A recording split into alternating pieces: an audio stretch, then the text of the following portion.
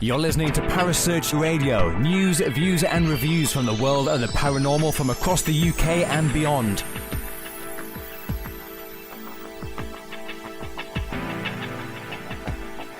Find us on Facebook, Twitter and the World Wide Web. Parasearch UK Radio.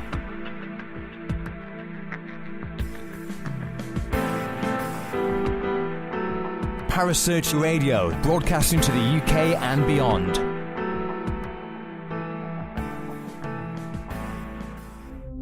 The views and opinions expressed by presenters and guests are their own and do not necessarily reflect the official policy or position of Parasearch Radio or its affiliates and sponsors.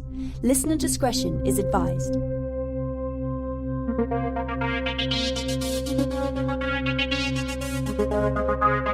You're listening to The Spectral Zone with host Kaz Rooney.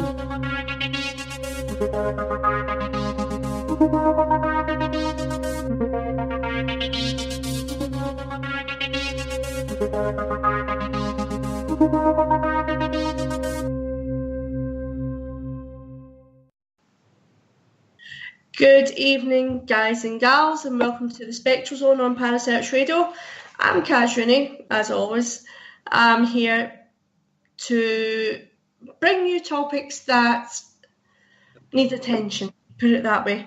So tonight I'm being joined by Joanne Treherne and her friend Lisa Gardner. Are you there, ladies? Yes, we're here. Hiya. Hi, everyone. How are you doing tonight? Good, thank you. Bit nervous, but good.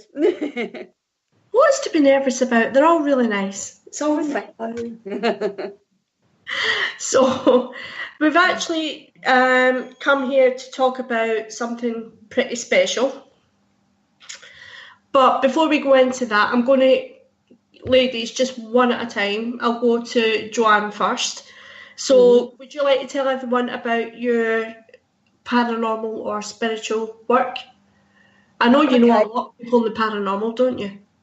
Yeah, we know quite a lot from the paranormal.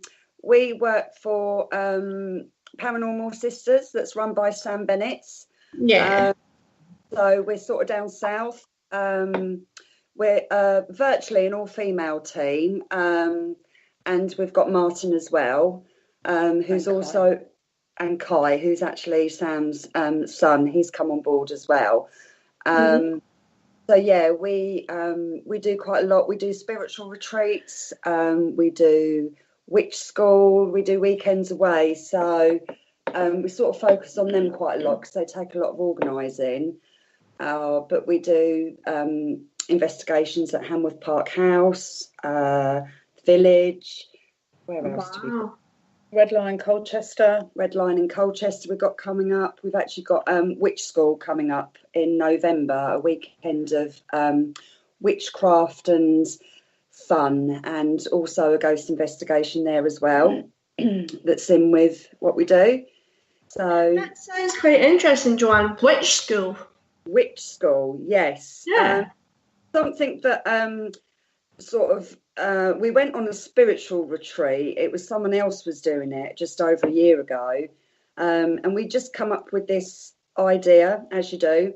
Thought we'd do like a Hogwarts witchcraft and wizardry school, and it sort of stemmed from there. So we do all different. So cool, doesn't it? Yeah, we do. You know, we do spell workshops and crystal workshops and meditation, and you know, we do broomstick making, and then we have a ghost hunt as well. And it's all really, really good fun. But obviously, the craft is involved as well. So we get a lot of kids that are sort of interested, and they come along, and most of them have rebooked for November as well. So we've got that coming up when Sam comes off of holiday. So yeah, it's really good. It's different. It's very different. Well, Sam couldn't join us tonight because I believe she's on holiday. She goes to France for 2 weeks tomorrow. Lucky lady. Yeah. So she's having her annual break, although she doesn't usually stop. She'll still be posting and asking us to do things as per usual. Now, Lisa, what about you? Well, I'm the same. I'm in the same team, Paranormal Sisters. Same as Jo, really. I run alongside. We help Sam out. We take classes. Just support Sam, support each other. Lovely bunch of girls and our 2 boys. Yeah, I think Jo said it all, really, with the witch school coming up and new investigations hopefully coming up. Well, let's look at it from everybody will want to know a bit about both of you. Mm-hmm. First of all, so I'll go to Lisa first. Paranormal wise, what was your first experience? I expect I'm going right back to a teenager where I started reading books from Doris Stokes, the medium. Oh, I remember her. Yeah, fell in love with her. Then a pure fascination of mediumship and crystals, etc. Went on from there to do my level 1 Reiki, level 2. Wow. I've now done my teaching and master's Reiki online, that one though, not face-to-face. Mm-hmm. Lead paranormal investigator with Sam. I've trained in tarot cards with another medium called Karen Hillier. Yes. Do crystal cards, angel cards, pendulum, obviously the witchcraft school. Just constantly trying to pick up more information on everything, really. From obviously now with the investigations, I get to use the tech stuff, so trying to learn some of that. Generally, seeing things, hearing bumps and knocks, trying to work out whether they're real or not. Yeah. Just generally love it all, love being part of Paranormal Sisters. What about you, Joanne? What was the first experience you had? Oh, gosh, I've been interested in the paranormal from the time I could walk and talk, really. It's just, I don't know, I was one of these children. I didn't have many friends, had imaginary friends, and I had one of those. It wasn't me. Yeah, man said the same about me. I had an imaginary friend. Yeah, I just used to take myself off, and I'd hear and see things and relay them back to my mum and dad, and I was never sort of questioned about being weird or anything. And I grew up with stories that my dad used to tell me, places he used to work, and the experiences he had. And from the time I could sort of start reading, I'd always gravitate to the ghost story books, and just everything fascinated me from day one. It was all sorts of things, sort of spontaneous human combustion and things like that. I was reading things like that at the age of 7 because I just couldn't get my head around it, how these things could happen. Borley Rectory was one of my big draw to places when I was young, because I read about that very young. I'm sure Kerry Greenaway has said that too. She was quite drawn to Borley. Yeah, it seemed to be back in my day, because I'm not a young chicken. It seemed to be the story of the era at that particular time. So I was very, very drawn to that. I read a lot of books on Borley Rectory. Anywhere I'd visit, I'd always make sure I'd pick up the local ghost books and see what was going on sort of in the area.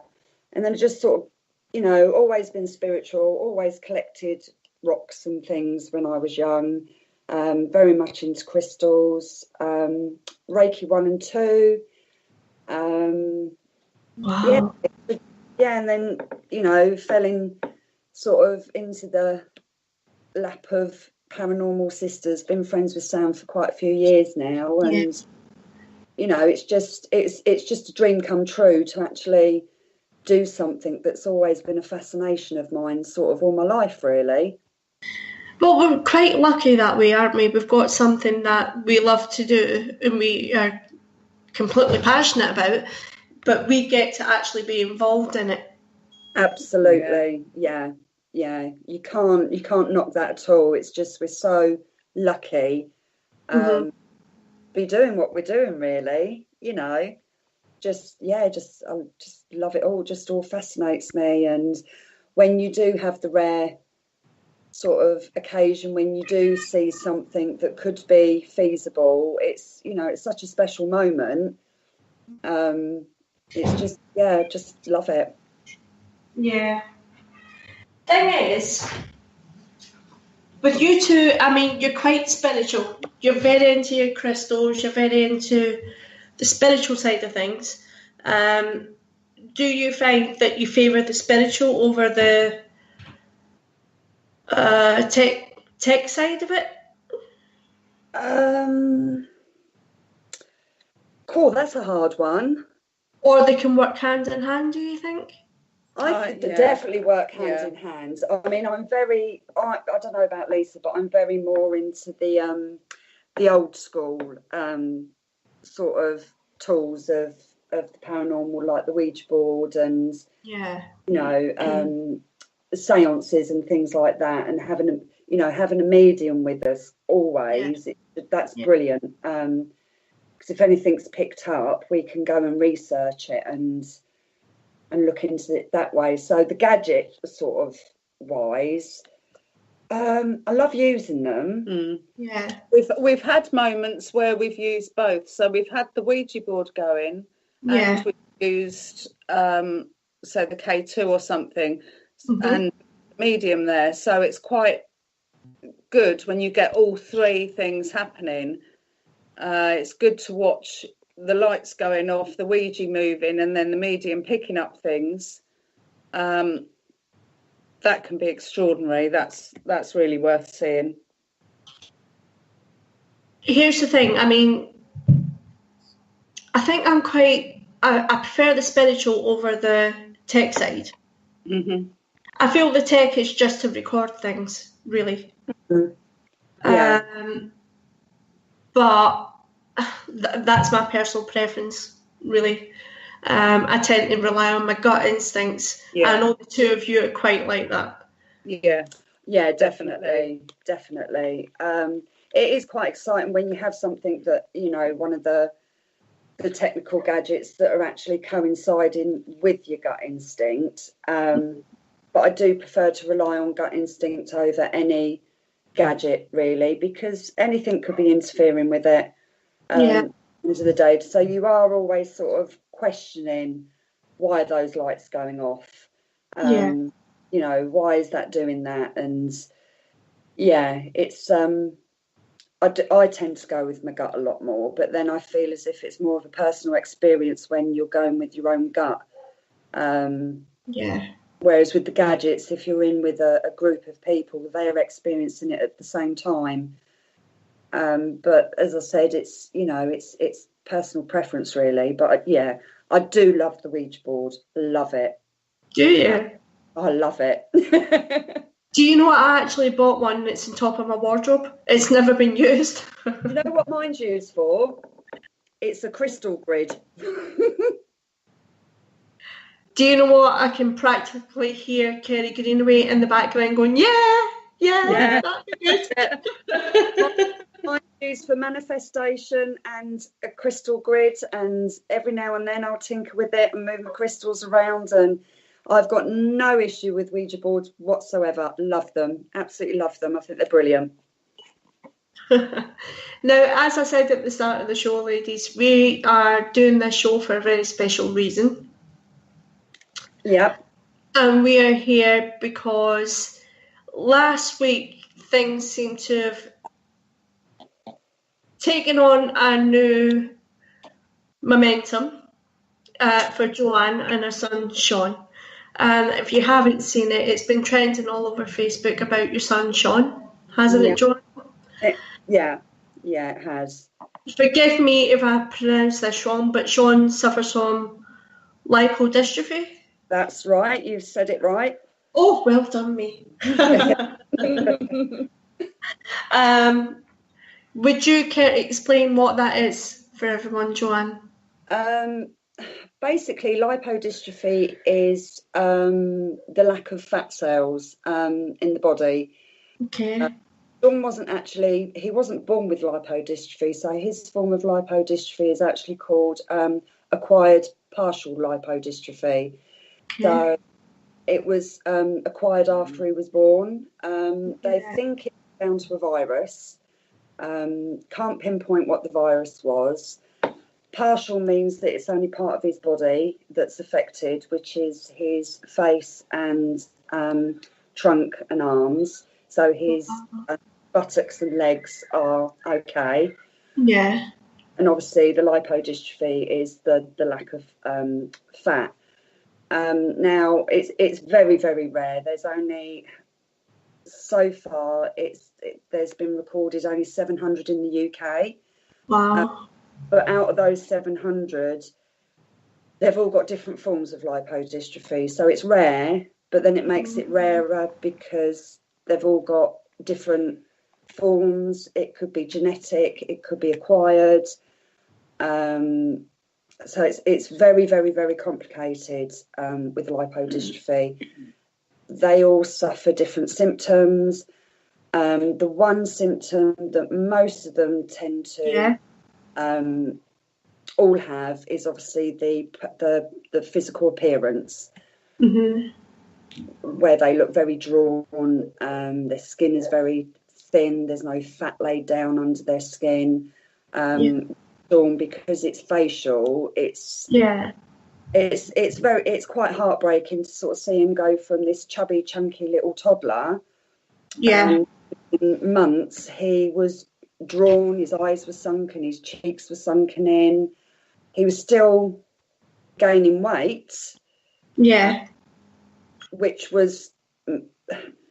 what was baffling everyone, because he was gaining weight, putting the weight on quite drastically, actually, but then he was looking as if he was anorexic from the waist up.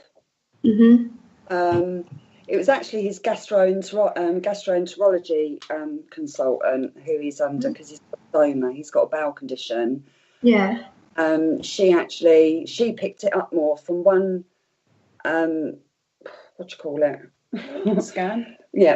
From one appointment to the other. He was going every 6 months to see this consultant, and in between visits he walked through the door and she just looked at him and said, that's not Shaun.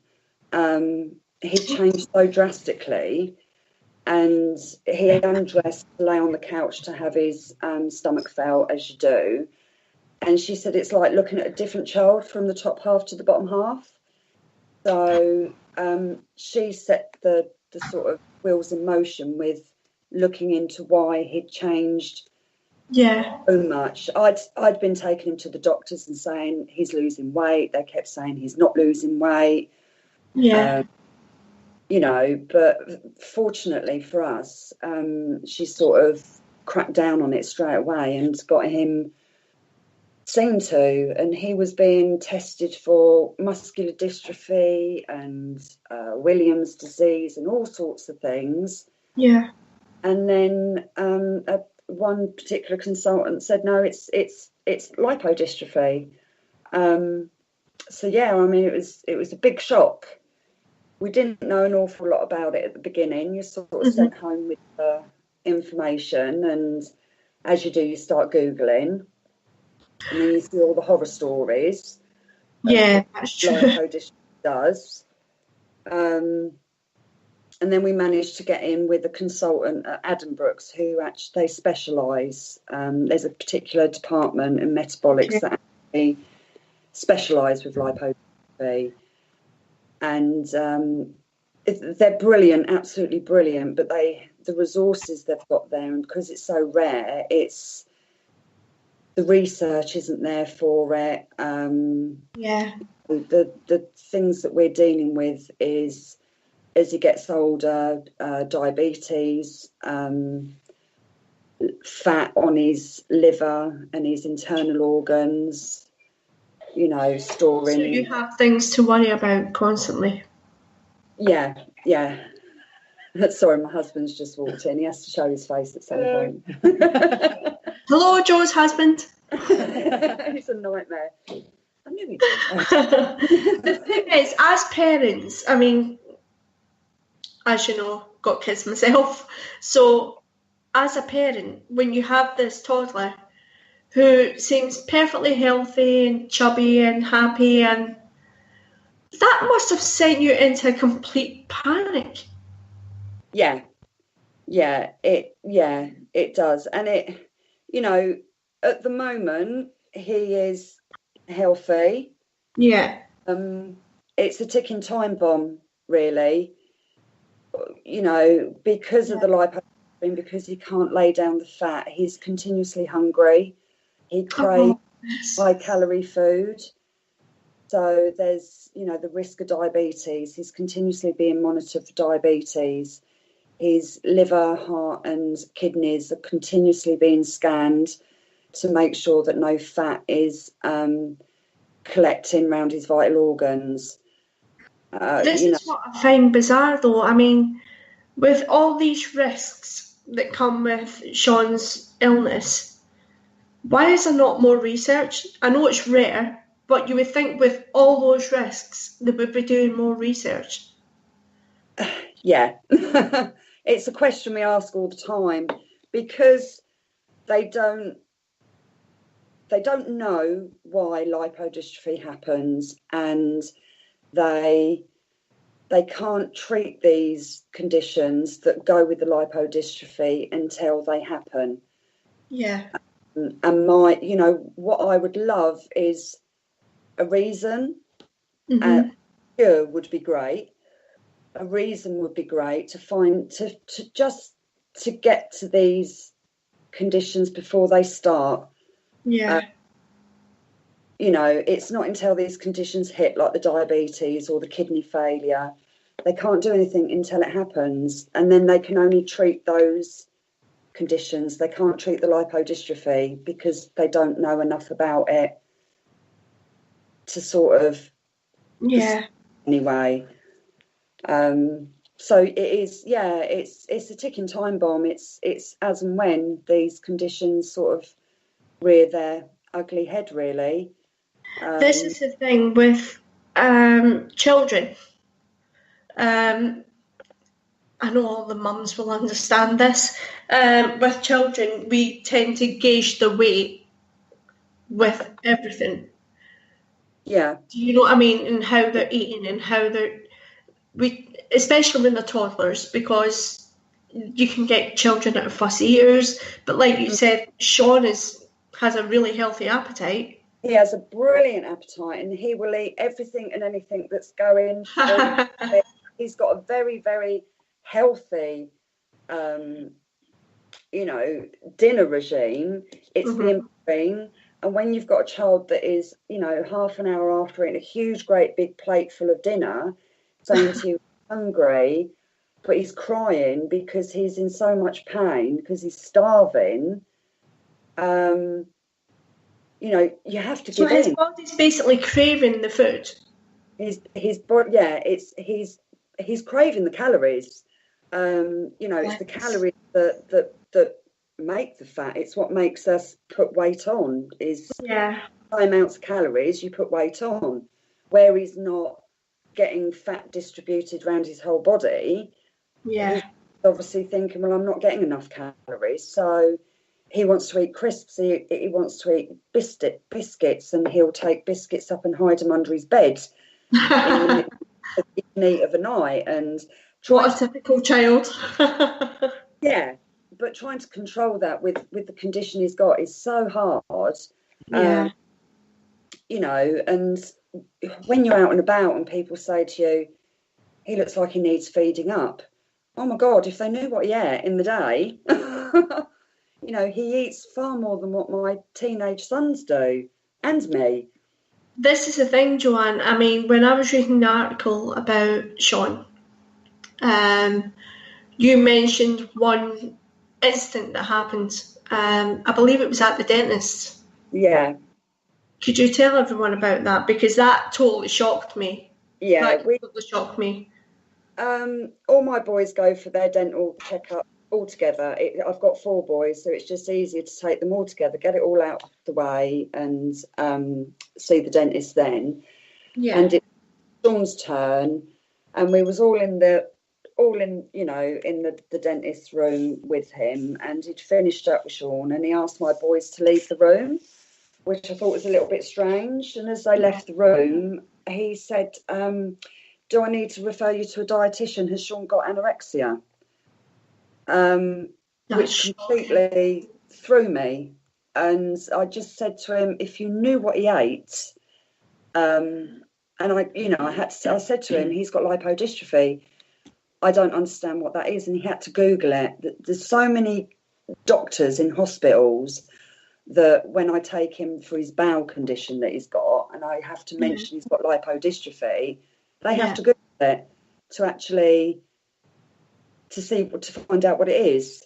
So yeah, that's when it sort of hit home, and I sort of looked at him, and I can understand why people think, he's anorexic, but no, far from it. No, he eats for England, but yeah, I mean, it's mainly adults, to be fair, that can be very harsh, with their words and not think.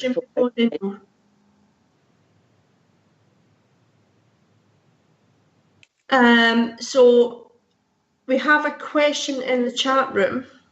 Okay.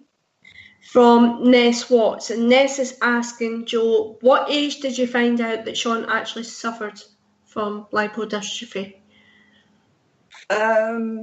He was 3 when the symptoms started to arise, like the weight, it wasn't weight loss, but obviously it looked as if it was weight loss. He was probably diagnosed around the end of 4 years old.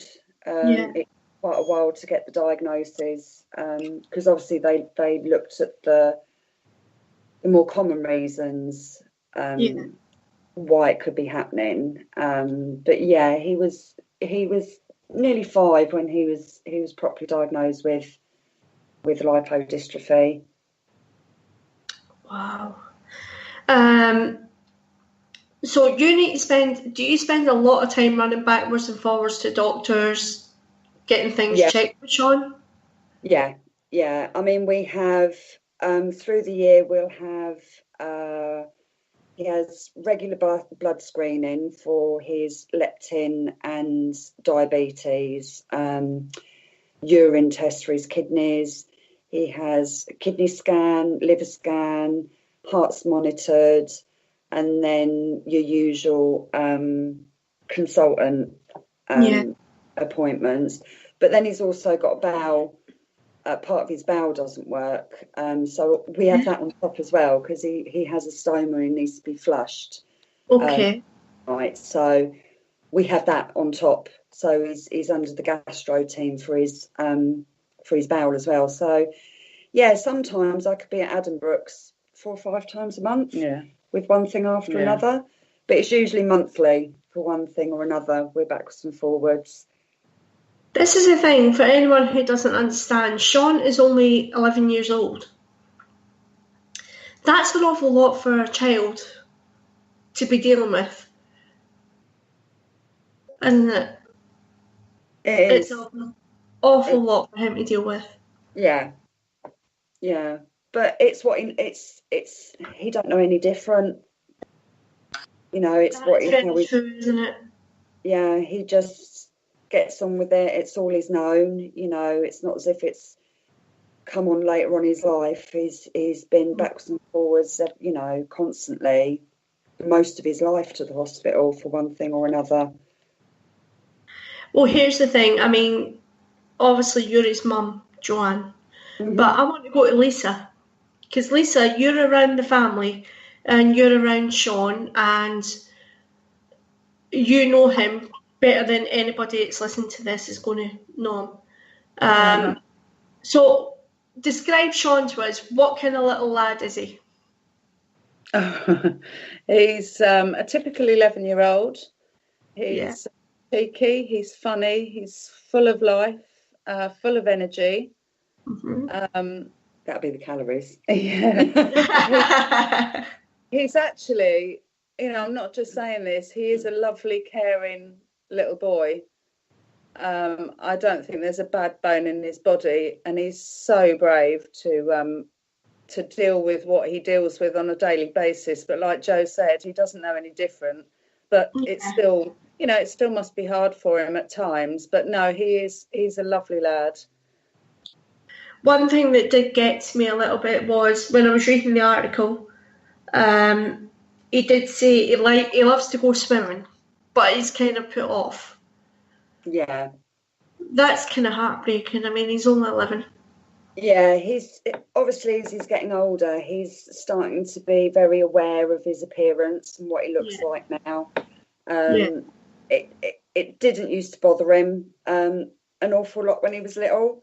It used to bother me more when, with the physical drastic change.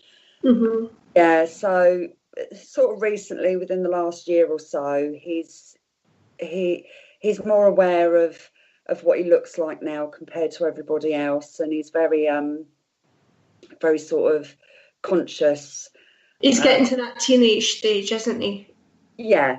Well, all boys at that age, they start showering in the hair, and there's girl interests and that coming in and things like that. They can't go to the shop for a pint of milk without fixing the hair before they go, that kind of thing. Yeah. So he's it sort of broke my heart hearing it actually come from him. Yeah. He's always so happy and happy-go-lucky, and he's always got a smile on his face, and he's always laughing and joking. And if I don't hear "I love you, Mum" once, I hear it 100 times a day. He's such a loving boy. Yeah. And he's just amazing. He's just, if I had his attitude from the time I wake up to the time I go to bed, the world would be such a better place. Yeah. Well, I mean, if it's okay with you, Joanne, after the show, I'm going to share a bit about his condition and a bit about Shaun, and a bit about I'll share a couple of pictures so that people can see the difference it's made to him. Yeah. But when you see this little lad, oh my God, what a smile he's got and what amazing eyes he's got, and he just looks so content. Do you know what I mean? He looks like he's happy despite all the adversities he's going through. Yeah, he really hasn't got a care in the world. When he's at home with his family and his friends and that, he really hasn't got a care in the world. He, like I say, he's becoming more aware of his appearance. He's becoming more aware of the complications that may arise in his life with his health. Because, he's there with every consultation. Where he was little, he'd go off and play with the Duplo on the table and just sort of completely ignore everything that's going on. But he takes it all in now, and he's more understanding of what is going on and how it could affect him for the rest of his life. He's aware of the other people that have got lipodystrophy. There was one young man who I befriended on Facebook that had the same strain as lipodystrophy as Shaun did. Okay. And funny enough, the most bizarre thing is he lived in Bedford, the same town as us, and his name was Rod, and he said to Shaun that he'd come to his school and give a talk on lipodystrophy, and this fellow was a world champion in arm wrestling. Wow, really? Yeah, he passed away last year with kidney disease as a result of lipodystrophy. Oh, God. And I had to explain to Shaun why Rod couldn't come to his school and do that talk. So that must have been difficult for you. It was very, very difficult. you know, because that was the first sort of contacts that he had with anyone that had his condition. Yeah. And I think it was a wake-up call to him that, you know, Rod was in his early 40s, I believe, and wasn't very old at all. And it affected his kidneys, and he had kidney failure and passed away last year. And that's the result of the lipo. Did that bring up a lot of questions for Shaun? Did Shaun ask you a lot of questions then? Yeah, he did. Yeah, I mean, you get the questions like, when will it happen? I can't answer that. Yeah. It never happen. If there's a cure or a way of stopping these things happening, it might never happen. But I can't answer his questions. You know, most of them I can't answer them. Well, Joanne, I mean, ideally, what you would like to see is more research being done into the condition. Yes, definitely. Obviously, it's not, because it's a rare condition. This is a conversation I had with Kerry the other day. We were talking about this show, and I was saying, Kerry was saying as well, because it's not a very well-known condition, because it is so rare, that's why the funding isn't there. But Shaun and the other people who suffer from lipodystrophy, they need a lot of care. They need a lot of checks a lot of the time. So we kind of need to do something. We need to try and help a little bit, don't we? Yeah. Yeah. Yeah. It's not an easy thing to do. I mean, we're quite lucky in the way that with the paranormal community, they do tend to wade in when something really needs looking into, or something really needs help, or someone needs the support. So we're going to rely on them a little bit, aren't we, Jo? Yeah, and you know, any help, any ideas, you know, support, anything, it's so appreciated. It will be so appreciated.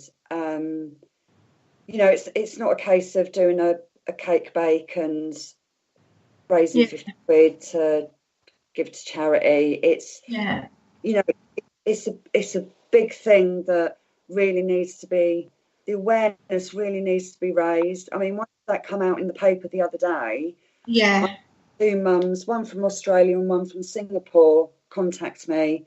Wow.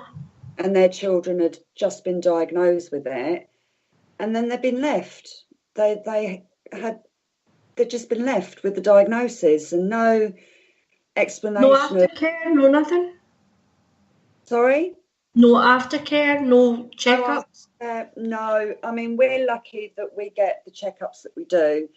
The best place in the world that's quite a bit more advanced than what we are, even though it's just still in the research stages, is it seems to be Massachusetts in the USA. Okay. There's one consultant over there, and she's on it. That is all she does. That is her life, is the research on lipodystrophy. But she's in Massachusetts. Which is quite a bit away. It's quite a bit away. But, you know, this poor mum in Singapore, a 4-year-old girl, has literally just been diagnosed and just been left to go home. She doesn't understand the condition. She doesn't understand what the potential risks are of the disease. You know, it's the same with the mum in Australia, really. Yeah. And all I do was pass them on to the Lipodystrophy Unite, that's the American advocacy for lipodystrophy, because they hold a lot of information on people like consultants that are just starting to look into it over the rest of the world. But, you know, if the condition isn't in a certain area, they're not going to look into it. Yeah, it's not as high profile as, say, maybe cancer or dementia or something else, so they're not putting the money in. that they No, would do no, to not at those. all. But I mean, it's still, we're quite, like I said before, we're really lucky that we work doing what we love.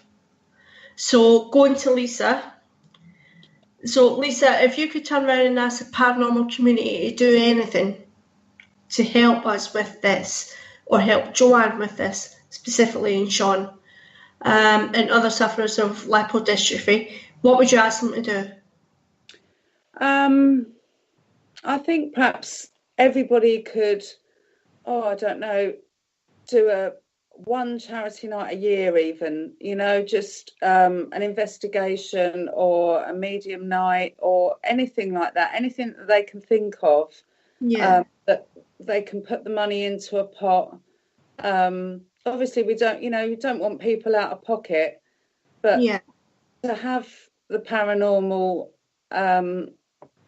behind us, behind this cause, is just wonderful. It's a big group of people from all over the world that follow it. So it could be, definitely not just the UK. It could be all over the world. We could be raising awareness, and that's what it's about.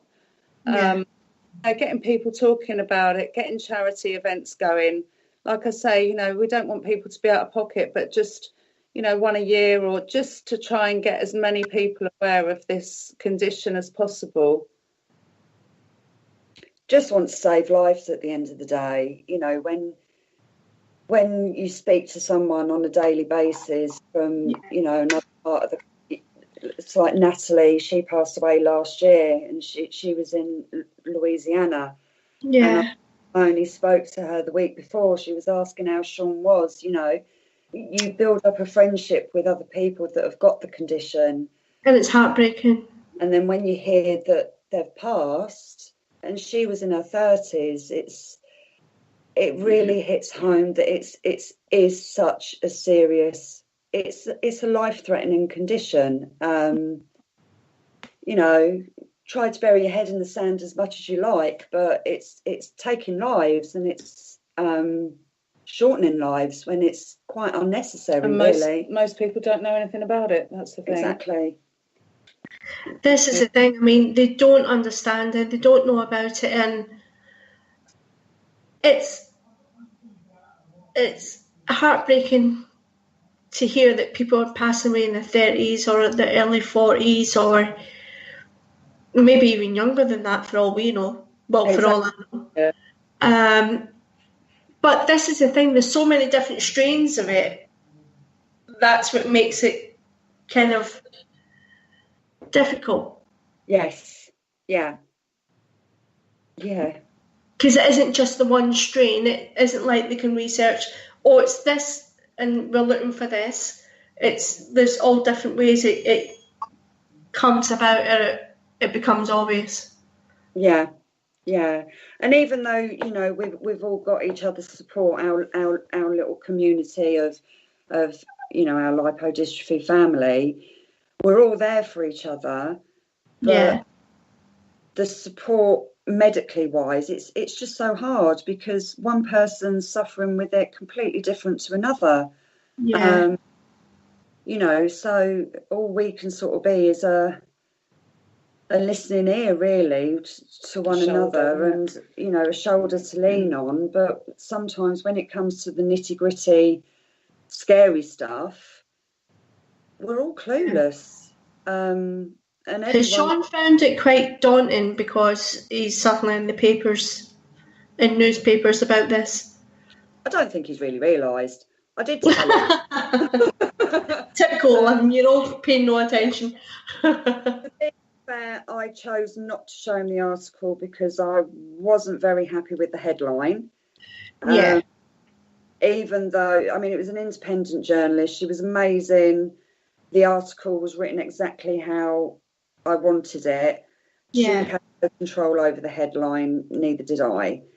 It was a quote that was made by me. It was more, it was a quote in the way that when he lost the fat round his face, it was complete shock, and it was just a quote. oh my God, he's gone from looking from this chunky baby to an old man. And that is how I felt at that particular time. I mean, if you do look at some pictures, when you see them side by side, Yeah. it's not, he don't look like the same child. And that's what they picked up on. So I chose not to show him the article to read because I didn't want that in his mind. Because he'd read the headline and forget about everything else that was all love and light in between. Yeah. It is coming out in another publication, a magazine. And the journalist that's been working with me, she has stressed for them not to use that headline. Which, I mean, it'd still be quite a hard-hitting headline, no doubt, because they need to get people to read. Yes. But, yeah, that did upset me a little bit, but hey-ho, it's gone out now, and, you know, it's got people talking. Yeah. Well, Joanne, we've actually got another question in the chat room from a lady called Lisa Dowling. Oh, Lisa. She's saying, hi, Jo and everyone. When did they give the condition a name? Was it relatively recent because she's never heard of it before? Right, okay. Lipodystrophy basically means fat loss. So lipodystrophy, it has been a word that's been going around for years. It's as far as I know, but then it's probably because I know with the condition. I don't think it's a recent word that's been used. It's like muscular dystrophy and anything that's wastage. You know, muscular dystrophy is muscle wastage. Lipodystrophy is fat wastage. It's just a medical term that's used for that. Obviously, he's got acquired partial lipodystrophy. Then you've got generalised partial lipodystrophy. You've got generalised acquired lipodystrophy. There's sub branches off of lipodystrophy that's just unreal. You know, there's a lot of illnesses out there, like cancer, and things like that, where people lose a lot of weight, and that fat loss in things like cancer will be called lipodystrophy. Okay. But obviously, their lipodystrophy is completely different from Shaun's. Yeah.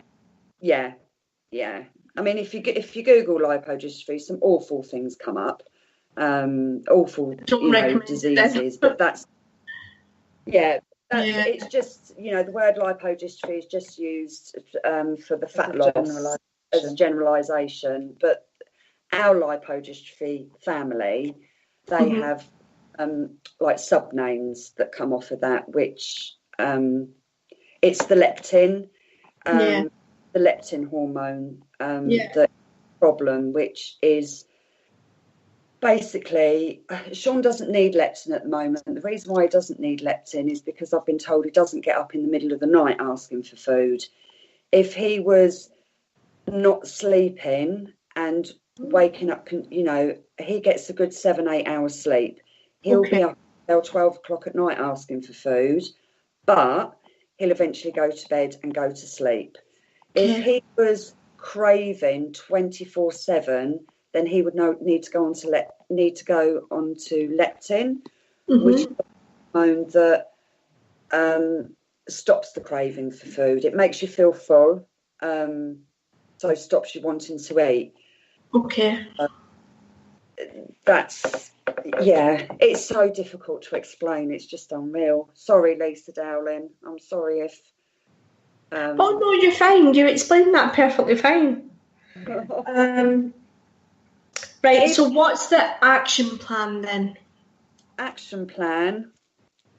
Oh, we have set up. There's a new group been set up, hasn't there?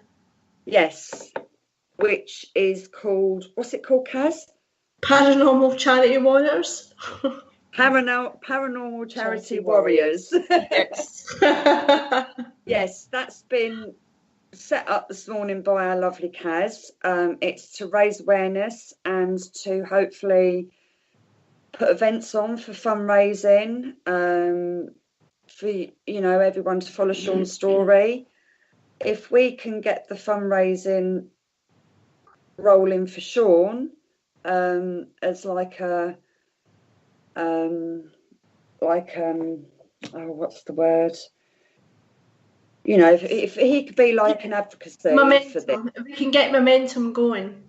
we can get momentum going, get the funding in for Shaun and Lipodystrophy UK, raise some awareness there. Once we're established with that, I'd like to use the page for other fundraising events for other illnesses and other children and other rare diseases. And, you know, if we can get the community on board with, you know, helping Shaun initially, it's there set up and we can build up a good member base, you know, not just in the paranormal world, but, you know, guests that want to come and see what the paranormal's all about, and friends and family. And it's a platform, not just to help Shaun, but in the future to help other people with fundraising.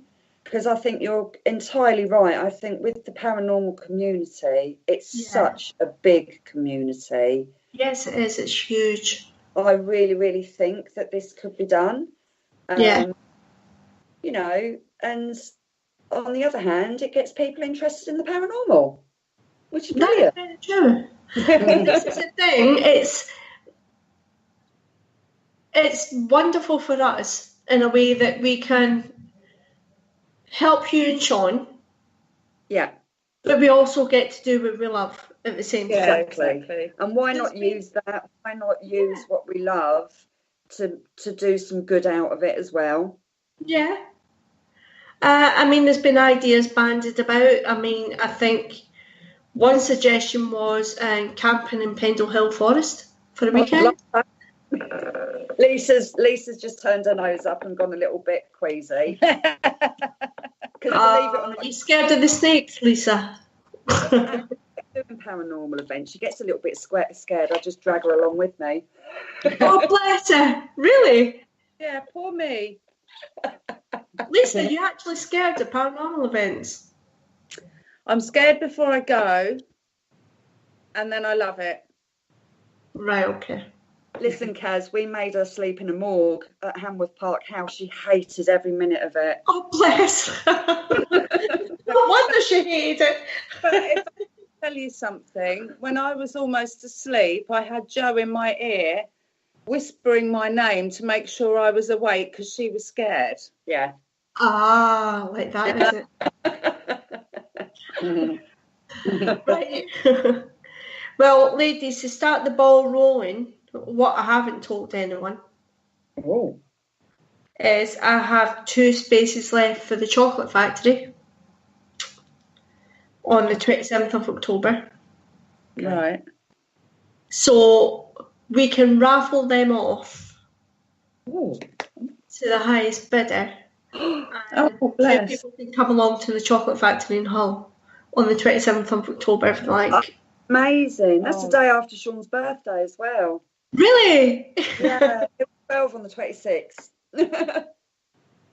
Oh, that's amazing. That's lovely. Thank you. Thank you, Kaz. We can do that to start the ball rolling. But, I mean, there's so many things that we could do as a community to help this charity get more awareness. I mean, I know we are a big community, but there's a lot of people, there's a lot of teams. Yeah. And do you know what? I'll probably get in trouble with Kerry and Paul, but I will shamelessly say if anyone wishes to donate anything for us to raffle or wishes to do anything to help us raise awareness of this and get funds in, then please do. I'm sure there's teams out there, Kaz, that, you know, they wouldn't mind sparing a couple of tickets to raffle off somewhere or other, up and down the country. Yeah, because every little bit helps. Doesn't matter if you're only giving 50 pence or a quid. It all builds up into something. It builds up, doesn't it? Exactly. And, you know, like you said, the paranormal world is huge. And there's, you know, your average Joe blogs out there. They don't get it unless they're actually in our circle. But it is massive. It's, you know, and it's such a great community. Well, here's the thing. I mean, Joanne and Lisa, we couldn't count on our hands, toes, and limbs the number of people we know in the paranormal community. There's so many people all over. There's just so many people in the paranormal community. Yeah. Just asking them to help a little bit. Just a little bit. Yeah. And you know what? I think they will. I really do think they will, because, you know, I'd like to think that, yeah, they will. We're a nice bunch. If the shoe was on the other foot, ladies, and it was like my child or Lisa's or Kerry Greenaway's or whoever's, you would jump in. You would jump in and help. Yeah. Do you know what as well? I mean, when Sam gets back off of holiday, she is relentless. She I don't know whether you know, well, you must have known, she campaigned for Charlie Gard relentlessly. She campaigned for Alfie Evans relentlessly until the day those boys passed away, and she still kept shouting at the top of her voice. She is one woman that she's such a warrior. Yeah. You know, and her heart is so much in the right place when it comes to things like this. And she did offer at one point help with Shaun, but Charlie Gard, he hit the headlines, and it was all about Charlie. And at the end of the day, Charlie needed her voice more than anyone else did at that particular time. So I know when Sam's back, she'll be on it like a car bonnet. Well, this is the thing. I mean, obviously, as we said at the start of the show, Sam's going away on holiday. Yeah. So basically what's going to happen is when Sam comes back, she's going to be working really hard. Yeah, she's going to hate us. No, she won't. I'm sure she won't. Well, that's the thing. She's got a heart of gold, and she'll, you know, she can do it. She'll do it. Yeah. The amount of times we've had to tell her to stop and calm down, and, you know, we've seen her passion over, you know, the children, and, you know, she's such an advocate for sick, poorly children. You know, she's an admin for a critically ill children's page, and, you know, she would help anybody if they're in need. She's just got a heart of gold. It's just such a pleasure to have her in our you know, in our lives, really. But this is what you need.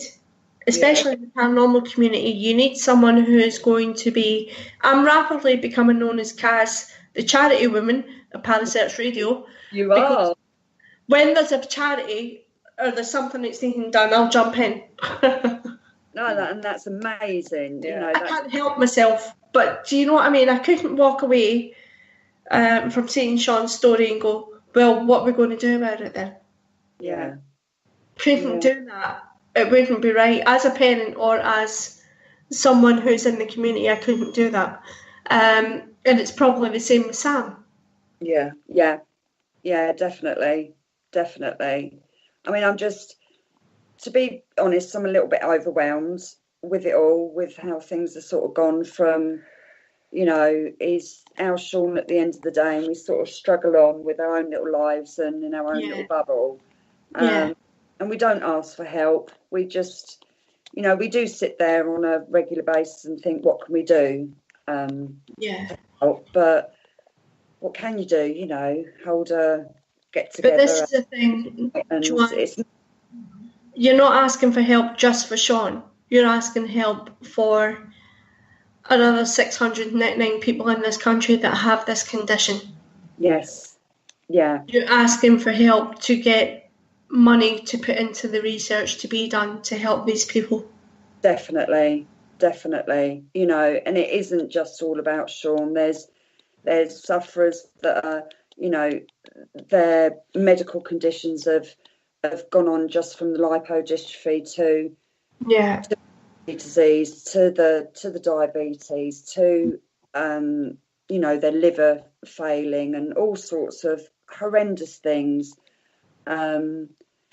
But unfortunately, with the disease, it's nothing can be done until these other problems actually hit them. and that's the heartbreaking thing. It can't be avoided at the end of the, they can't be treated until they've actually got the extra conditions with it, and that's the sad thing. It's it just can't be avoided at the moment, and it's things that come on long term with the condition. And we'd be lovely to even just have the research there to prevent any extra complications that come with the disease. If we could stop that and give people longer lives and mobility, because some haven't got the mobility, some have got like fibromyalgia symptoms with it, and Shaun's already complaining that his skin hurts because it's so fragile and thin. The heat hurts and the cold hurts, and just to touch him, you just have to touch him and it hurts, and that's just the simple things. So what we're asking for anyone who's listening, if you're in the paranormal community in any way, there is a new group set up, which we have told you, it's Paranormal Charity Warriors, and we would like people to join that. If you're in the group, or even if you hear this show and you wish to donate anything that we can raffle, anything we can do to help these people, get some money that will go straight to the Lipodystrophy UK, won't it? I'll tell you what would be amazing, if anyone out there that can donate the odd venue for us, so we can, so that we can raise money, and it's 100% profit to Lipodystrophy UK. So someone that could donate a venue, that could donate raffle, once, twice in the year, just to really have a good go at raising one, awareness, because the awareness needs to be raised, otherwise people aren't going to do that. Just raise as much money as we can to put in the pot and help everybody. A venue would be brilliant if someone could come up with a venue and say, here you go, do as you want to do paranormally, go for it. That would be amazing. That would be great. That would be amazing, wouldn't it? Well, do you know what, Joanne and Lisa? What? You know how you were so nervous about talking and what you're going to talk about and what you're going to say and what you're going to do? Yeah, we've been chatting for an hour and 5 minutes. Oh my gosh. That's phone in, hasn't it? We've done well, didn't we? See? Told you were worrying about nothing. But I think it's important that we did this show tonight and we got some people to listen a little bit and maybe look a little bit harder at what is really going on, because there are people who really do need our help, and in this case it's Joanne and Shaun and everyone else who's suffering from lipodystrophy, and I think we should all get behind it. I think we should all get behind it. We should all try to use what we do best and what we're passionate about and what we love to raise some money for people who need it a bit more than we do. Definitely. I mean, I'd really want to thank you, Kaz, and I really want to thank you. You're very welcome. For using Parasearch Radio as a platform to sort of get awareness out there in the paranormal world. As I said, I am overwhelmed. I'm with that. I am speechless. I didn't expect it, and I'm just really heartful that we've got the word out there and people are listening and willing to help. I really am grateful, really grateful. You have nothing to be grateful for. At the end of the day, it's as simple as this. There's people who need our help more than we realise, and if something comes to light, then we should all pile in and help. That's the way I see it. Definitely. But that's my attitude. I can't speak for everyone, but that's my attitude to it. I think most of us that are sort of in this field and, you know, the spiritual side of it, it's what you do, isn't it? It's the first thing you do that we're... Well, look at it this way, we live pretty blessed lives. Mm-hmm. I mean, they aren't perfect lives. I mean, we have up, downs, whatever, but we live pretty blessed lives. Yeah. I've got a roof over my head, my kids are happy, there's food in their belly, and they can go and watch Netflix till they're blue in the face. So they have a blessed life.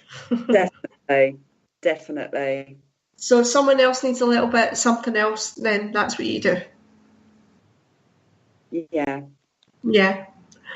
But ladies, all it remains for me to say is thank you so much for coming on and telling people about Shaun and about the condition and about how they can help. You're more than welcome. Thank you for having us. And see, they were so nervous about coming on. I didn't swear. I didn't do anything else either. Did I not tell you, Joanne, after 10 minutes you'll completely forget? I know, but I have been good. So, everyone, please remember you can find Parasearch on Spreaker, you can find us on Podbean, you can find us on SoundCloud, you can find us on Twitter, Instagram. You can please go to the YouTube channel, like, subscribe. Please subscribe to it. Because then you won't miss any radio shows ever. You've got no excuse. Like and subscribe, people. Right, all it remains for us to say is saying good night to everyone, ladies. Good night, everyone. Good night. Thanks ever so much for listening. Yeah. Thank you. Good night, guys. Good night. Thanks, girls. Thank you for listening. Don't forget to join us for more shows throughout the week. Find us on Facebook, Twitter, and the World Wide Web to keep up to date with all the shows right here on Parasearch Radio.